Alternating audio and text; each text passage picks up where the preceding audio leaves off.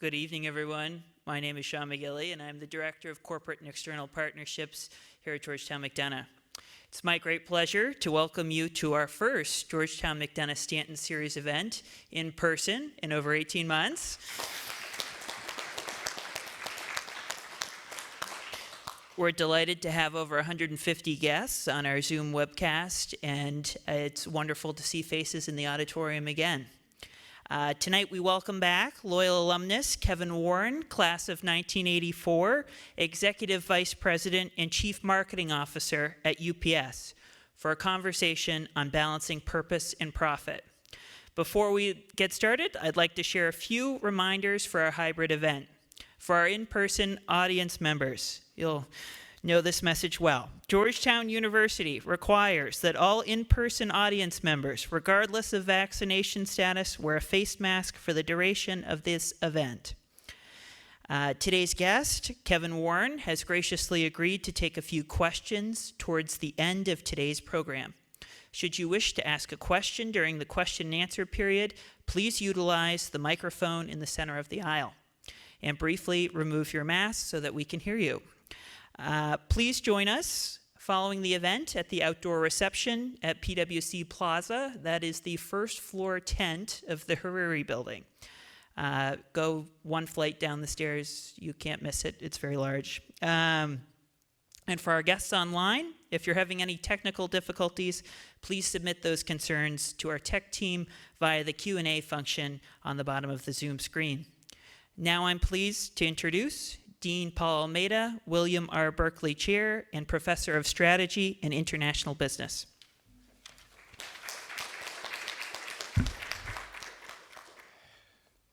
Good evening, everyone. Thank you for joining us today. This is the Stanton Distinguished Lecture Series, and we are so pleased to welcome Kevin Warren of UPS. Established by Dan and Mary Stanton, the parents of two McDonough alumni, our Stanton series connects our McDonough students and community with renowned executives who share stories about leadership in an ever-changing world. Now, we feel we're returning to normal, and having you all here today in person, and of course, welcoming everyone who's online as well, helps us move towards the future. So thank you for all attending, especially for those of you in person, and we love you even if you're online.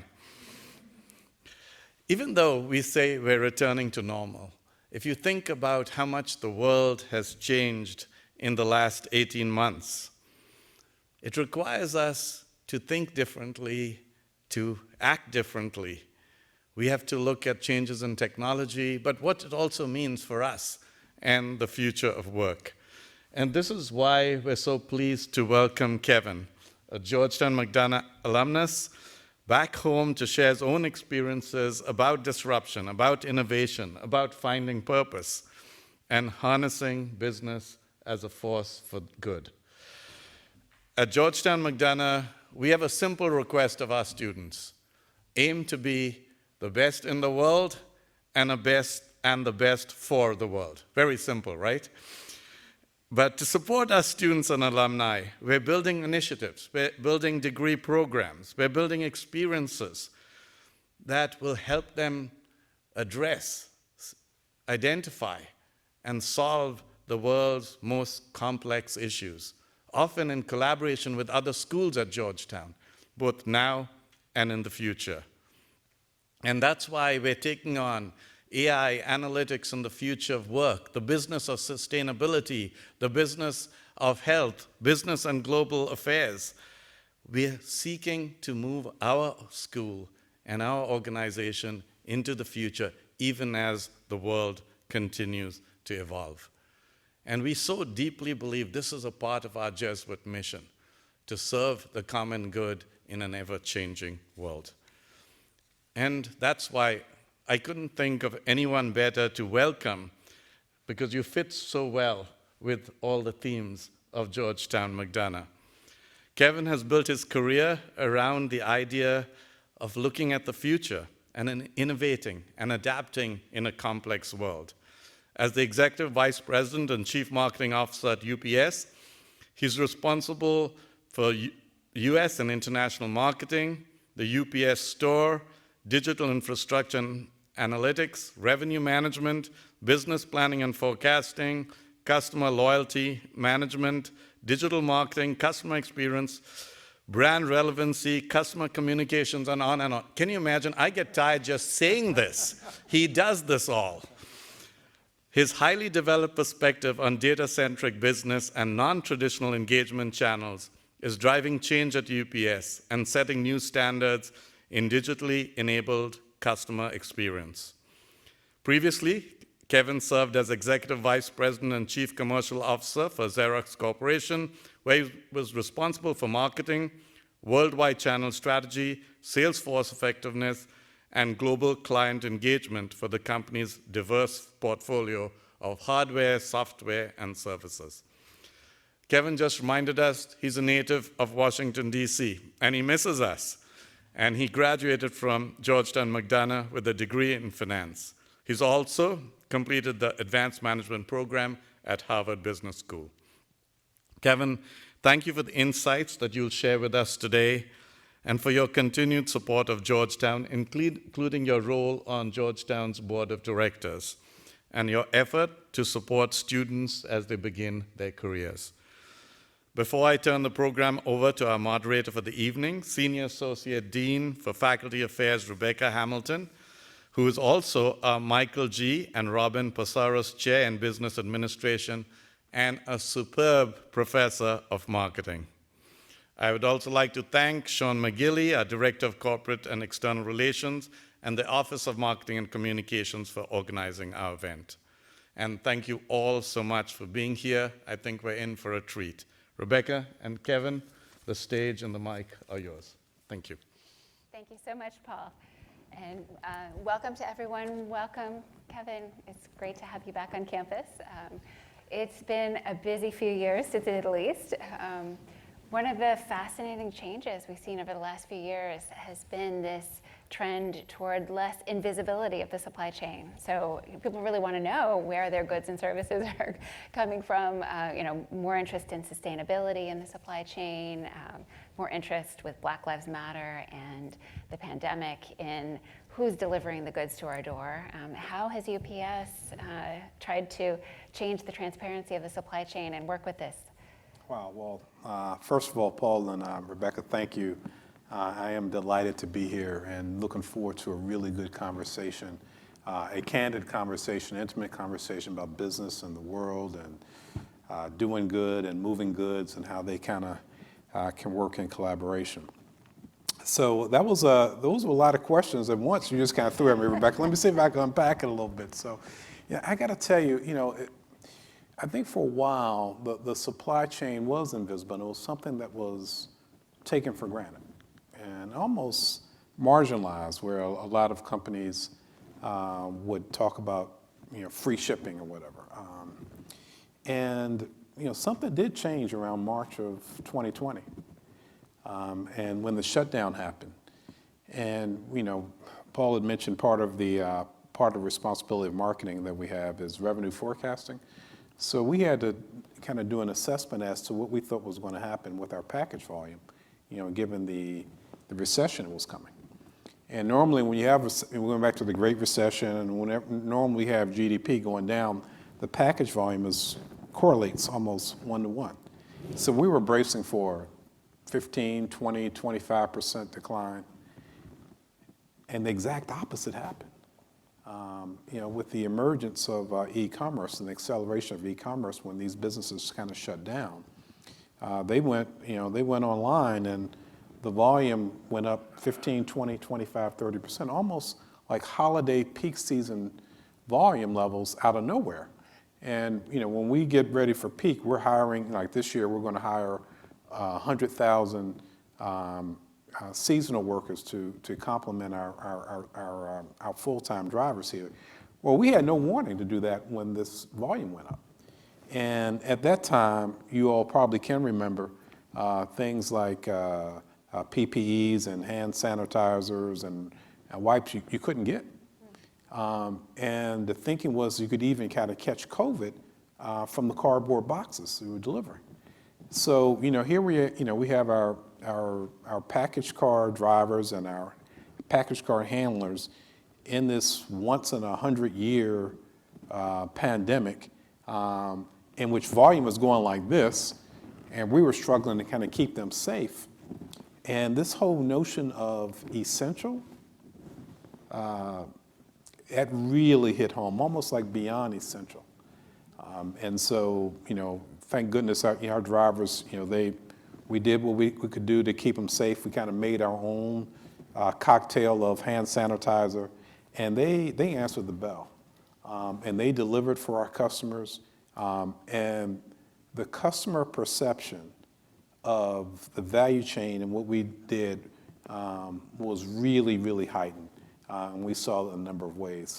So yes, and now you kind of fast forward and all the delays that we have and the shortages. You can't get the inventories. You got the congestion there at the ports, so people can't get their stuff. And when they get it, the prices are like this. Yeah, I would say that supply chain is no longer invisible. It's very visible. And what an important part you've played during the pandemic with your healthcare business. Right? That was launched January 2020. How could the timing have been better for that? Tell us about that part of your business. Yeah, we were fortuitous. We had done an acquisition of this company called Marken 5 years prior. It's a clinical trials, supply chain business. And then we did know that the trend of healthcare and home health, that was something that was coming our way. And we also knew that e-commerce was something that was coming our way. So we had doubled down on both of those in January of 2020.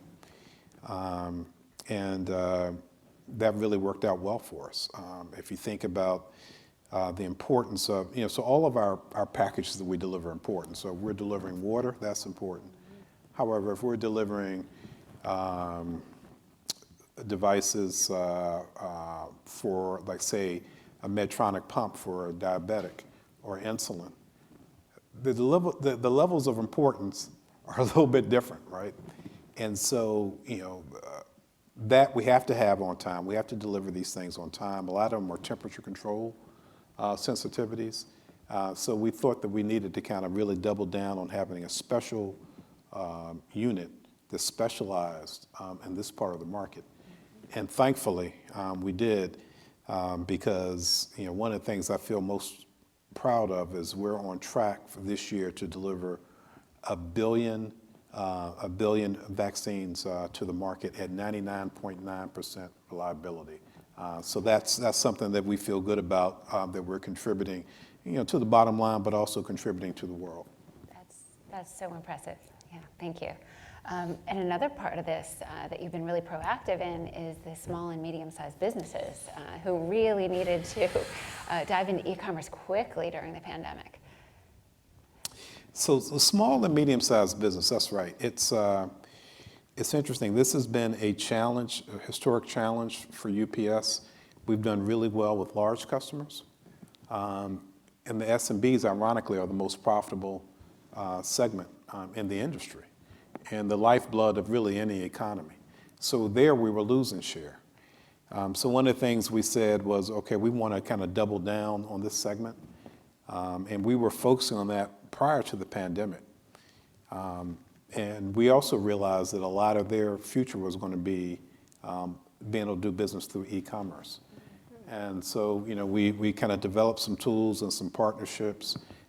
We've got partnerships with Amazon. We've got partnerships with a company called Stamps.com, eBay, Shopify, Square, PayPal, that list goes on, where more and more businesses are doing, they're doing business in an integrated fashion in a marketplace or a platform, where customers no longer want to just buy, do their demand gen and do their checkout and do their payments and fulfillment and delivery and returns in an a la carte fashion. They want to do it more in an integrated fashion. So when the pandemic hit, we had these partnerships, we had our APIs integrated into these platforms. A lot of these SMBs who hadn't adopted e-commerce, when everything shut down, they had to.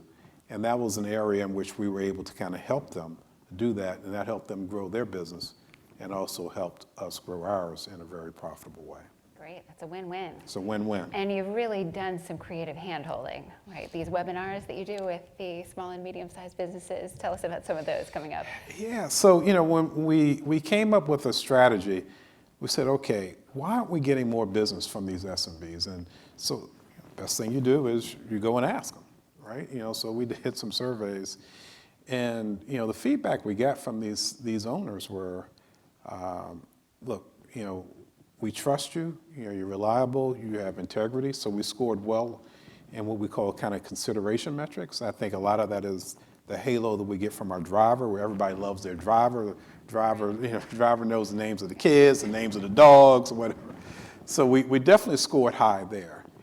But the SMB owner said, but we don't think that you see us as a priority. And oh, by the way, in the category of momentum,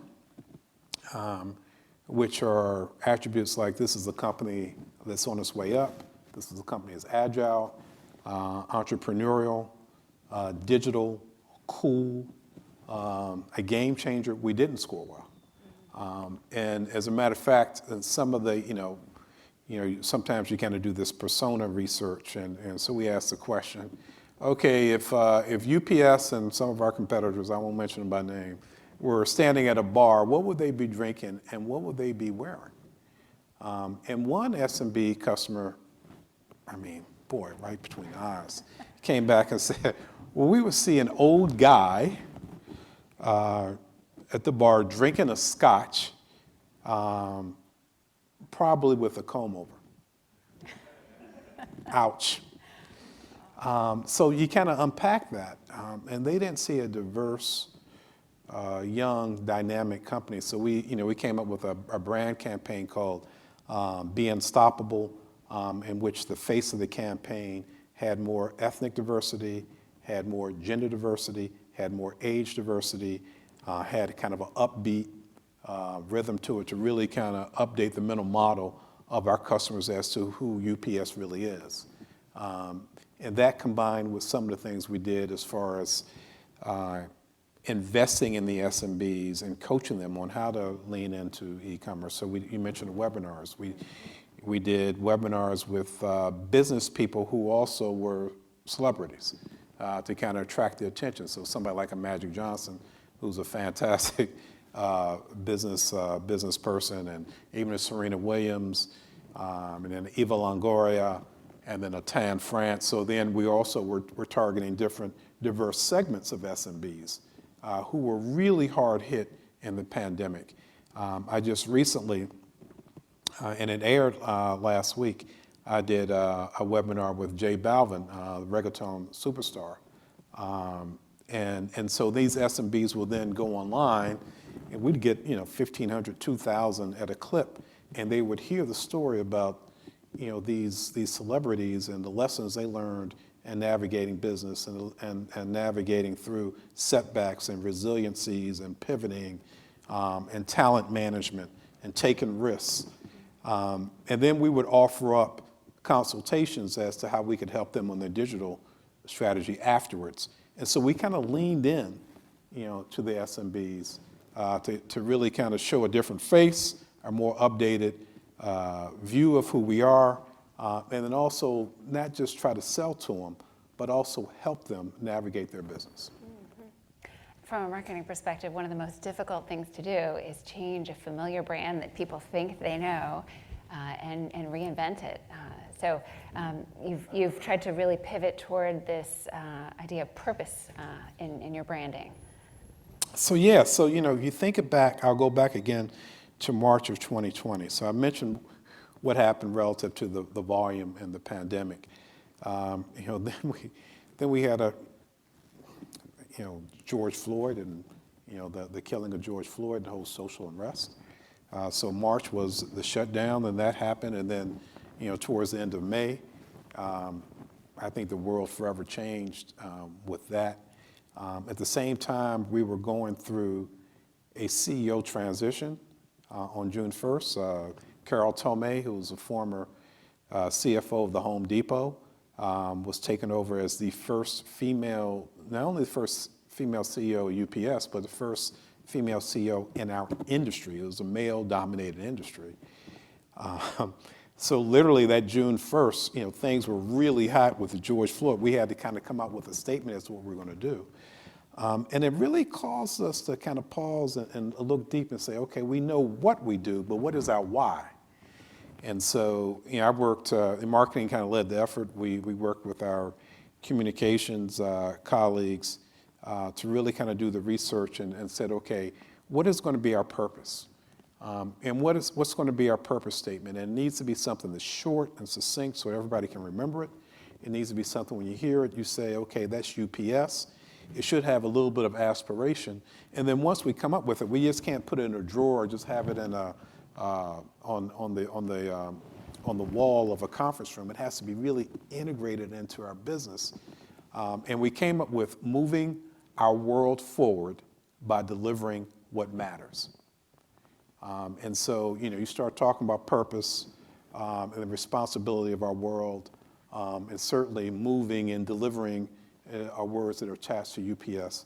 And then we were intentionally a little bit open on what matters, because you can then fill in the blank. So what matters could be, delivering Christmas toys for your children at Christmas. It could mean delivering vaccines, 99.9% reliability. It also could mean volunteering in the communities and making a difference, particularly the communities at risk. So that really has been kind of our guidepost. We reference it. We've got a one-page strategic framework where that sits at the top. We reference it in our earnings calls. We reference it in our leadership meetings. It really does guide us. And so, that purpose, and, the interesting thing about it is a lot of people think that that's something that you'd have to kind of trade off from a profit standpoint. It's interesting what's going on here in business now that, clearly you've got the share owners that are really kind of leaning in and say, okay, we want to make sure, how can we get that alpha? How can we get those returns? So we definitely feel that, and obviously we have the obligation of that. So that's coming down from up top. But then from the bottom, you've got more diverse stakeholders are saying, okay, I hear that, but where are you on DEI? Where are you on sustainability? Where are you on as far as philanthropy? What are you doing as far as volunteer hours? And so I call this where you have the pressure of the profit coming down and you've got the different stakeholders kind of coming up. I call that the new squeeze because we're in the middle. And what we're finding is we can manage both. And actually, I think there's symmetry where 1 + 1 can equal 3, because as we've kind of leaned in and helped these diverse SMBs become more successful, that's driven more profitable business. When we look at DEI, and we've got a board that has 6 women on it and 4 ethnically diverse directors, one of the most diverse boards in corporate America, period. At the same time we've been doing that, we've also delivered record profits. So, it's not this kind of trade-off. There is symmetry where 1 + 1 can equal 3, and like I like to say, there is some synergy between doing good and moving goods. And you're quite uniquely positioned for this. You came from Georgetown as a finance major. You've transitioned into marketing. Tell us about that transition and how you got to be CMO at UPS. Why I went over to the dark side, is that what you're asking? The right side. So look, I guess I'm a little bit unique in that area. Part of how I helped, my mom and dad, my mom was an English teacher here in DC Public Schools. My dad worked for the DC Department of Corrections and drove a cab part-time to make sure we had enough food on the table for my 3 sisters and myself. And so they helped, they helped us in the Georgetown tuition, helped me on the Georgetown tuition. But I had, most of my jobs were sales jobs and commissions jobs. I was selling office supplies, I was selling magazine subscriptions, And then I went to go work at Georgetown in October of my senior year as a sales intern. So I kind of had some sales, marketing kind of DNA, but also like numbers. And I wanted some foundation. I wanted that finance foundation to kind of augment the sales and marketing piece. And so that actually has served me well. Pricing is a big part of sales and marketing. That's one of those P's. So having that finance background has served me well.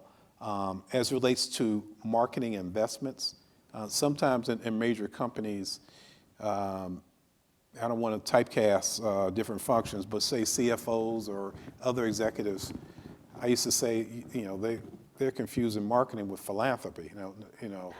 Now philanthropy is important, and we do that, but this is not the first place to go when you have a tough quarter and say, how can I cut the marketing spend to make the quarter? Which was happening when I first came to UPS. And so being able to kind of demonstrate that, no, this is not something that's a nice to have. This is something that is a value driver for the company. So being able to show the ROI on the marketing spend, being able to kind of do the business case, being able to kind of cut non-value-added marketing spend and kind of lean in on like some of the digital marketing or some of the things that kind of drive the SMB. And they could connect the dots between the spend you're doing and why this business is going that way. The CFO stopped asking, how can I cut? And start asking, if I gave you more, how much faster could you go? And that literally is what happened. So there is, this well-roundedness. I've had some general management responsibilities, P&L responsibilities in my career. I think it works out well, to be able to kind of be well-rounded there. Mm-hmm. Nice. So your first position out of Georgetown was at Xerox. Yes, it was. You spent a couple decades there. How did you navigate that transition? How did you know it was time to strike out and do something new? Yeah, so I wasn't planning on staying on Xerox more than a few months, and it was one of those things back then in the 80s. It was a very special culture. It was kind of ahead of its time. It was one of the first companies that really kind of invented these business resource groups. And it was an African-American self-empowerment group where you kind of network black executives as to how to be successful. And it was actually a Harvard business case study written on it called The Corporate Few. And there were people of all ages in power, women and men, black, white. It was the closest thing to a meritocracy. It was a younger, fun company. Work hard, play hard. If you did well, you got promoted, you'd go on these amazing trips.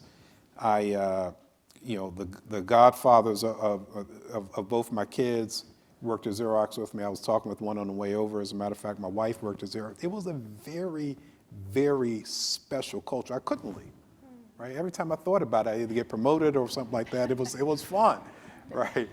And so matriculated through the company and moved different places, and to Western New York, which I said I would never move. Did a couple of tours there in Rochester, New York, and lived in Toronto, which was an amazing experience, and lived in Connecticut, and all the way up to the chief commercial officer of the company. And at that time, we were having a succession plan of CEOs. I think Ursula Burns, who was the CEO, has been a speaker here, and she's a fantastic leader and executive, was leaving. We had an activist who had gotten into the stock, Carl Icahn, and I realized that it was time for me to chart a different path. So this opportunity at UPS came up, and although it was positioned as a CMO, it was really, Paul kind of went through the breadth of the responsibilities. It was more like a chief commercial officer. And so I wasn't supposed to leave our home in Georgetown. I said that was going to be the final stop, but the opportunity came up for a Fortune 50 company, an opportunity to kind of redo the brand, the platform, disruption of e-commerce, diverse executive team, and 3.5 years later, almost, here I am. Right. So you mentioned the culture. Have you tried to recreate elements of that culture at UPS? Yeah, so look, UPS is a 114-year-old company. Started by Jim Casey, the founder in Seattle in 1907. And so you start talking about, it's got 540,000 employees worldwide. It operates in 220 countries and territories. So this culture is is deep. And I was the first executive at the executive leadership level reporting to the CEO that they brought in at that time 110 years from outside the industry, and only the second from outside the company. And so, it's interesting how diversity and culture can kind of play out. So they looked at me like I had three heads, like I was a marshal. I was talking differently, I was dressing differently, I was thinking differently. It's funny, they knew that they wanted some diversity of experience, but sometimes, you can view that at an esoteric level and it feels good, but then when you're kind of changing the norms of the ideas, maybe it doesn't quite feel as good. So I had to really kind of go through that. Now, this is a funny story in diversity. This is a true story. So UPS was very diverse at the executive leadership team level and even down, from an ethnic standpoint, from a gender standpoint. However, the CEO and all these executives, they grew up within the company. They started as a package car driver, literally. The CEO at that time started as a package handler loading the package cars, and he got promoted to package car driver. And 45 years with the company, he was the CEO. And most of the executive team started that way. And so when they would look at me, there was a gentleman from Walmart, Scott Price, they brought in 6 months earlier. He was the first from outside the company. Scott is white, okay? Now, there was another executive who grew up in the company who was African-American male. Let's say his name was George. I never got called George. But I tell you, if Scott didn't get called Kevin, and if I didn't get called Scott over and over again, as a matter of fact, we made a joke. We started calling each other Skevin, because what they saw from a diversity standpoint wasn't black and white. It was like inside and out. Yeah, you're the new guy. Yeah, the new guy. All the new guys, the same names that look alike or whatever. I mean, that's, it's interesting. Now, since then, we've got Brian Newman, a proud Georgetown McDonough School alum, we got him from Pepsi. He's 2 years in as a CFO. Carol Tomei, head of our supply chain business, Philippe Gibert, our chief HR officer, Daryl Ford. All of them have come from outside the company. So now I think we've got a blend of inside and outside. And I think that the final part, I'll talk about this, Rebecca, I think this is where you were going. We talked about how we had to kind of remake the face of the brand to our SMB customers and even our consumer recipients with more diversity and younger and kind of hipper. We also had to kind of remake ourselves. So we actually had an appearance policy that said you couldn't wear a beard, that said you couldn't have ethnic hair, you couldn't have visible tattoos. We ended up changing that as recently as December with a new CEO. And as you can see, I'm rocking a beard here on this first time ever, just to demonstrate to everybody it's something you can do. You can do it. So from a culture standpoint, yeah, we are. We're kind of leaning in on some things. We're transforming. We're keeping the best parts, the integrity, reliability, and trustworthiness that we've built over 114 years, but really kind of bringing in a little bit more relevancy into the company as well. Great. I have so many more questions, but I know our students in the audience probably have some too. Shall we go to a few questions? I think Stephanie's going to moderate this portion. Okay, yeah, great.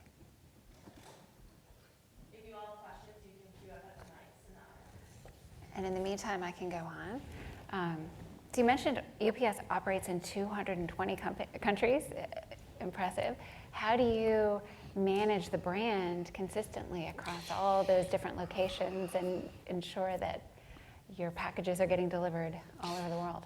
Yeah, you know, I think most international or multinational companies struggle with this tension between consistency of the brand, but also understanding the different markets are different with different competitors, different values, different personalities, and we try to blend that right. So one of the ways we do this is that the head of operations, by the way, is our guy Scott of Skevin. He runs the other new guy. He runs our international business, and our head of marketing for international is a dual report to Scott and to me. And so that kind of keeps that connective tissue on things that, hey, all things brand, we need to really kind of protect our brand. We have the, Interbrand has ranked us as the 24th most valuable brand in the world. So that's something, we don't play around with. But we also have to be flexible enough to be able to compete differently in different markets. What you're going to see in Great Britain and Germany, in China is going to be different than what you're going to see in the U.S. The customers are different, the competitors are different. So we have to really kind of blend, have to be flexible but also consistent at the same time. And I'm sure technology plays a big role. Well, so UPS.com, which we're in the process of revamping and reskinning, which I'm really excited about. It's going to have a different look and feel. The language is going to be less engineering. We've got a lot of industrial engineers at UPS, which was driving a lot of the language. Is going to be more humanistic. So that will be consistent, obviously, with the different languages. But yeah, the technology will be an enabler to drive that consistency. And it sounds like you have a very good platform for your international Yeah, so locations. it's a terrific business for us. It's a business that generates this year mid-20s from a margin standpoint. We deliver $1 billion of profit every quarter. And we are under-penetrated. We still have a lot of room for growth. It's a very asset-light model, so we do a lot with partners. I think that's probably what you were referencing. So we won't have to spend a lot of capital as far as building buildings or buying packaged cars or whatever. It's a terrific business. And then this cross-border delivery business of e-commerce and using airplanes, that's a really rich and growing business as well. So that's one that that's one of our 3 strategic imperatives. We have a question. Hi, Kevin. Thanks for speaking with us. My name is Matt. I'm a second-year MBA student here. I think one of the things that's on a lot of our minds as someone like me who's returning to the workforce after 2 years in the program, what do you see the future of working in person, especially with the creative side of our business? I think it's so important that we can get in the room sometime. But what's it been like in your office, and how do you see it evolving? Great question. Very relevant. So I can tell you what it's been like. And now what's going to happen in the future beats me. But let me kind of give you some insight. So the fact that we were an essential business, our drivers and our package handlers couldn't zoom their packages to the front doors of our customers. So from an executive leadership team standpoint, we felt compelled, to be in the office. I think we were out maybe the first week and a half, and we've been there ever since. And we've done all the protocols and the social distancing, and it was pretty much us. And we haven't had any issues. And UPS was a culture that was, at Xerox, there was conference calls all the time and WebEx, whatever. My first year and a half before COVID or whatever, I could count on one hand how many of those things, everything was in person. So it was a very, very different culture. And, we found that through Zoom, that the business didn't go to hell in a handbasket. Actually, the work got done. So we did learn some things. Now, we do a culture survey and employee satisfaction survey every year. And from a marketing standpoint, you kind of look at the numbers, but I find it a lot more revealing to read all the verbatims, because that's really where you kind of get the texture as to what people are feeling. And the two major things, and this was towards the end of last year, the two major themes that we got from our marketers were the things they found most important was, the thing they liked the most was they liked the flexibility that working virtually can provide, and they also liked the relationships with their colleagues, right? So now if you think about it, those two could seem to be at odds. But what we found was really both of those are important. And so, you know, we try to do things like have virtual happy hours and stuff like that on Zoom. It's not quite the same. But, you know, we made the decision in our offices after Labor Day to invite our employees back to the office. And those, I'm saying back to the office versus back to work, because they were working, in a lot of cases, working more hours than they were working pre-pandemic. And it was almost like they were living at work versus, you know, working at home, if you will. And so, but we're going to do it in a way that's more of a hybrid fashion. And so then it causes you to think about, okay, what is really the purpose of brick and mortar? I mean, you guys have lived this as far as the virtual experience that you had last year versus coming back in. And, you know, what we're thinking is, you know, there's clearly a social aspect, there's a collaboration aspect, there's an informality kind of surprise when you just kind of meet somebody in the hallway or over a coffee. So we're really kind of intentional as to the activities and really kind of the purpose of the physical brick and mortar, but then also offer some flexibility for people to be able to kind of handle work so they kind of balance their lives as well. So, you know, we think, you know, we will definitely see a balance and we'll still learn it. You know, I'll tell you a funny story. When our first day, we were inviting everybody out. We had had donuts and everything like that. It was like the lonely repairman. You know, the people trickled in, only a handful. Now, one decision we did make is we did make it mandatory that if your work required you being in an office, that you had to have a COVID vaccination, which was, we thought, the right thing to do on a number of levels. I'm not saying it wasn't controversial, but we wanted people who came in office to feel as safe as they could.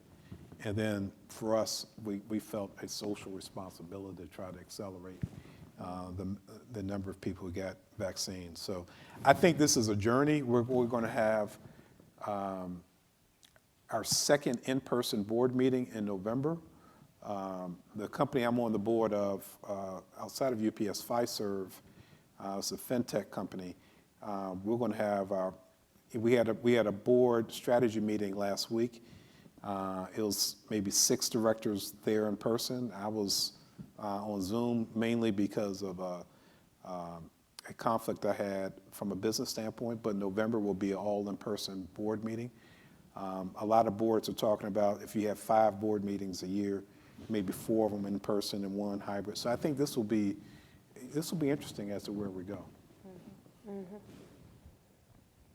And that notion of purpose is so important to employees as well as to customers. Absolutely, so, you know, absolutely. It's internal branding as well as external. Absolutely, and your purpose should be when you have a tough call to make. That should be your guide, right? Mm-hmm. Mm-hmm. What are employees asking you to do with respect to things like sustainability? What are your customers asking for? You know, so again, you know, particularly our younger employees, our international employees, our employees on the West Coast, which is almost like international, the sensitivity on things like sustainability are extremely high. And by the way, and the same with diversity, equity, and inclusion. It's not just an ethnic value, it's a value. So employees are, you know, they're watching. And they're assessing, is this a company? I'm sure you guys will be doing the same thing. I mean, look, working for a company, it's like being in a relationship, right? I mean, you probably spend more time in that relationship than others. And so if there's a mismatch in any relationship you're in where the values don't align, where there's not compatibility, that's going to be a problem. And so, our employees they're looking to see, okay, who's walking the walk here, who's not just talking it, but doing it. And so whether it's a retention play, whether it's a recruiting play, whether it's a motivation play, it's extremely important. And with the scale of UPS, right? Just thinking about 550 planes, that's a whole fleet of airplanes that are, really, that's a large carbon footprint, right? It is a large carbon footprint. So we declared that we would be carbon neutral by 2050, and the airplanes definitely make it harder. But we've bought a bunch of package cars that are hybrid, and we've got some plans to really kind of lean in on things that we can do relative technology to limit even the number of miles that our gas package cars drive by optimizing routes and technology. Is something we're absolutely committed to. Yeah, so many different methods to Absolutely. reduce your Absolutely. footprint. Absolutely. Great. So do you have thoughts about what students could do to prepare themselves for careers that are changing and really ready themselves for this new world? It's so exciting. Just the rate of change that's going on in the world right now that you guys are experiencing. It's going to be really exciting, and it's going to require you to kind of keep developing your R&D. I mean, think about, I like to use this analogy of you not being an employee of the company, but the CEO of your own company. All right, so think of yourself as, CEO of Me Incorporated. And so as a CEO, what are you going to need? Well, you're going to need a good supply chain. So that means you have to be able to deliver results and deliver on time, anything you're doing. You're going to need some good marketing. So thinking about your brand. And one of the exercises I kind of challenge people to do is, if you closed your eyes and you thought about like your favorite brand, whether it was a hotel or some sportswear or some shoes, what are the attributes of that brand that you really like, right? And then you go, okay, what do you want your personal brand, what attributes and words do you want attached to your personal brand? And then do the exercise. Everything you're doing, are you perpetuating that, or are you deteriorating your brand? All right, so this whole notion, and one of my favorite artists, I'll have to quote him, Jay-Z, I'm not a businessman, I'm a business man. So thinking of yourself as a business, thinking of yourself as, oh, by the way, you're also going to need a good board of directors. So whether you want to call it your kitchen cabinet or whatever, but who can you go to kind of give it to you real, that you trust? So, and then the final part of the metaphor, which really you kind of asked, Rebecca, is you got to have a good R&D department. So your 2023 version or 2022 version has to be better than your 2021. The iPhone 13 can't be the same as the iPhone 5. So what are you doing to kind of add to your game and understanding where the trends are and constantly learning? It has to go beyond the classroom. It has to go beyond the MBA program or undergraduate program. It has to be kind of a lifelong investing in R&D to kind of raise your game. Because if you aren't improving, then you're going to be taking a step back. That's a nice analogy. Who are some of those on your board of directors that you turn to? I tell you, I'm having with a couple of them right after this down at Cafe Milano we were talking about. One is a CEO of a hotel REIT here locally, and one is the CEO of a political advocacy firm. And we have real live conversations. It just so happens our spouses are connected and good, and we can kind of share our stresses. We can share our challenges. We can keep it real. We can call BS on one another. Yeah. So yeah, it's really, really important to have. And bounce ideas. Absolutely. Bounce out. Devil's advocate. Am I thinking of this the right way? One of them, now you made me think about it, Rebecca. One of them, when I wasn't too keen to go down to Atlanta to take the interview at UPS because I was like living here and that wasn't mentally what I'd planned, said go down. He and my wife, they're both the co-chairs, said go down and listen. And so if I didn't have that sort of advice, my life might have been, it would be different than what it is right now. We know how hard it is to leave Georgetown. Yes, indeed, it is. It is hard to do that. Yes, but it's great that you've assembled that board of directors and really are taking it forward at UPS. So at this point, I think we are ready for our reception outside. If you do have more questions, we can talk about them outside with a drink. So please join us. Thanks. Thank you. Thank you, guys.